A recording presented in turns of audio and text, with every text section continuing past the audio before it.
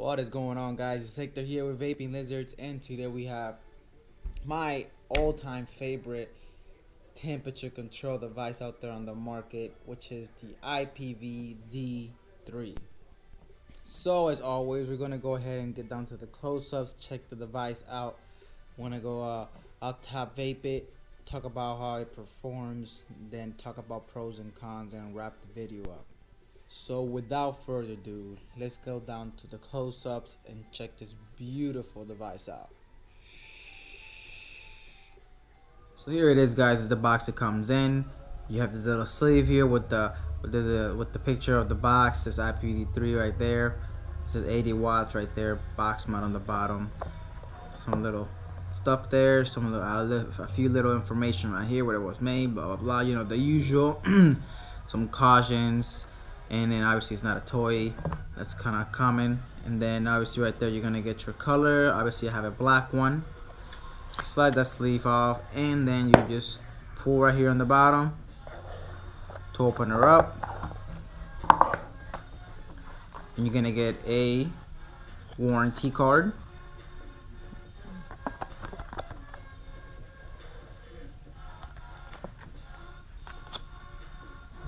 You're gonna get a user's manual.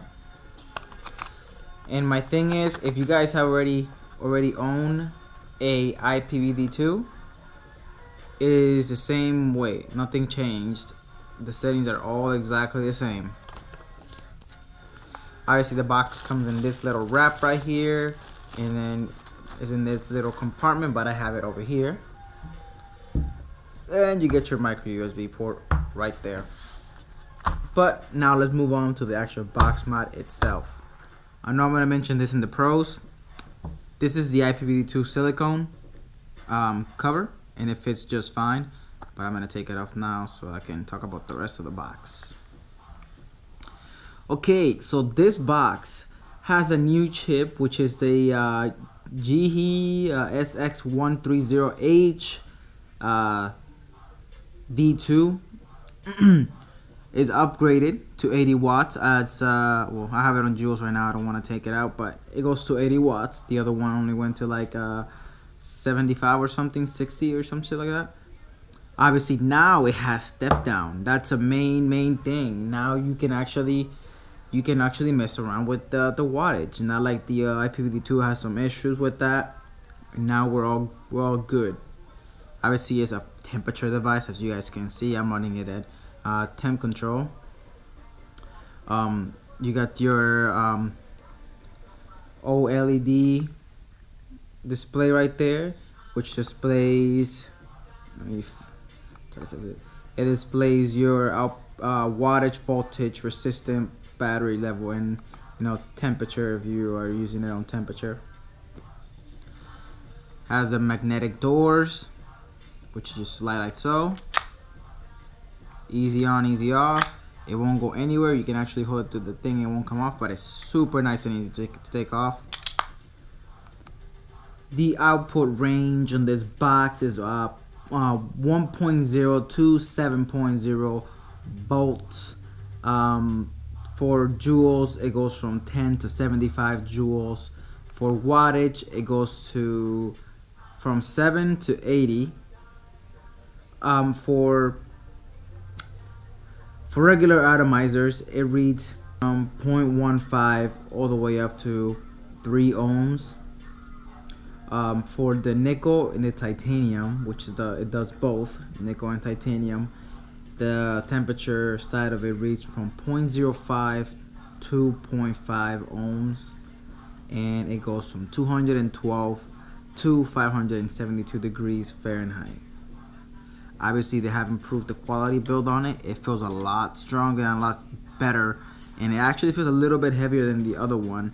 I'm not sure why, but it does feel a little bit heavier. And everything else in this box is the same as the IPV2, but I'll run through it real quick.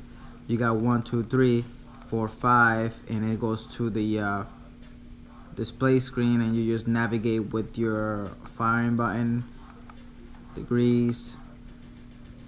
The core is nickel or titanium. It tells you the version of the chip, I believe, and you can exit again. So Same as the other one, just go to the setups and navigate. When you want to leave this setup, just go to the exit and hit the wattage up and you'll be done. If you hold the wattage up, wattage down, you can see the coil, so you can set your ohms for temperature. Let me do it again. So it sets it right there. You want to make sure before you fire it and you vape it, you want to set your ohms. That's very important. In this box has low voltage resistance protection, high input voltage, output short circuit, reverse polarity, and temperature protection. So this is protected in every way possible you can think of. So this is good on them. They're putting so many safeties on it. That's good on their part, and it's going to benefit them in the future. But overall, this box is outstanding, guys. Before we go back up top, I got one more thing to mention. The USB slides to right there, right that hole right there.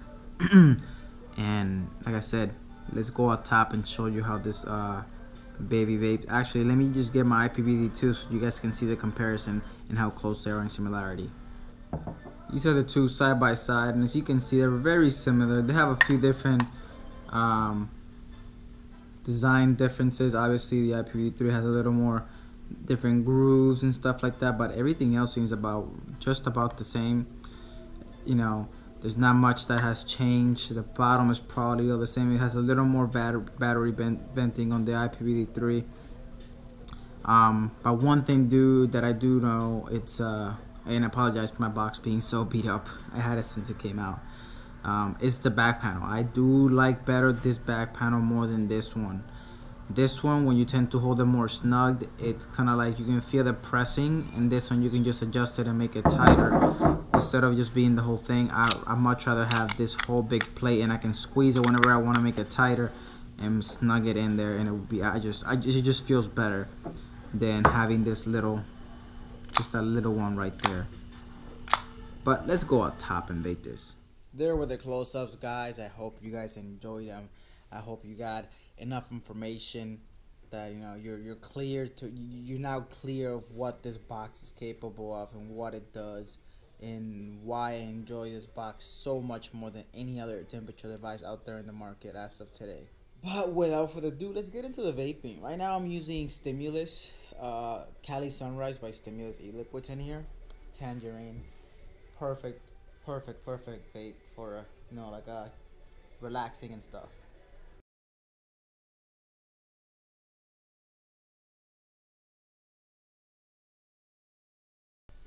I don't know what to say. All I can tell you guys is that I love this device, and I will switch and trade any device for this one anytime, anywhere. Right now I was running that at 490 degrees Fahrenheit at 58 joules with a 0.21 nickel coil for the Arctic. Runs perfect. Even though I had a high temperature and at joules, I still run my stuff restricted as always, but it performs. This box performs, and like you see in the close-ups, is pretty similar to the IPV D2 that I showed you, and it's just an improvement. So it's the same box that I loved and enjoyed, but this time I saw improved. That's the main thing here. Is the box that I loved, but now is better and performs better and does more, which is a great thing. Let's talk a little bit about the cons, and I'm gonna have to slide the sleeve out for the con. So for the cons, the only really con that I can come up with for this device is I wish they would have left the other backplate in there. I don't know if you guys had an IPV D2 before, but I don't like that too much, because when you tend to hold it kind of snugged in your hands, you can feel the back moving. And with the other one, you were able to squeeze it and put it there, and it'll be nice and stiff. So that's the only kind I can come up with, that one back plate. I wish it was the same as the IPV D2. For the pros, everything. They bumped it up to 75 joules, which is exactly, if you're running temperature control, You shouldn't need anything more than 75 joules. I mean, it's unnecessary. You got 80 watts. If you know how to build, you can make a really nice build with an RDA and slap it in there and be able to rock it at 60 to 75 watts, no problem. And it will give you enough vapor that it will suffice. So it is a perfect box. They finally mastered it. Besides the fact of that backplate, I personally don't like that backplate. I like the other one better. So that's just kind of like a subjective thing, but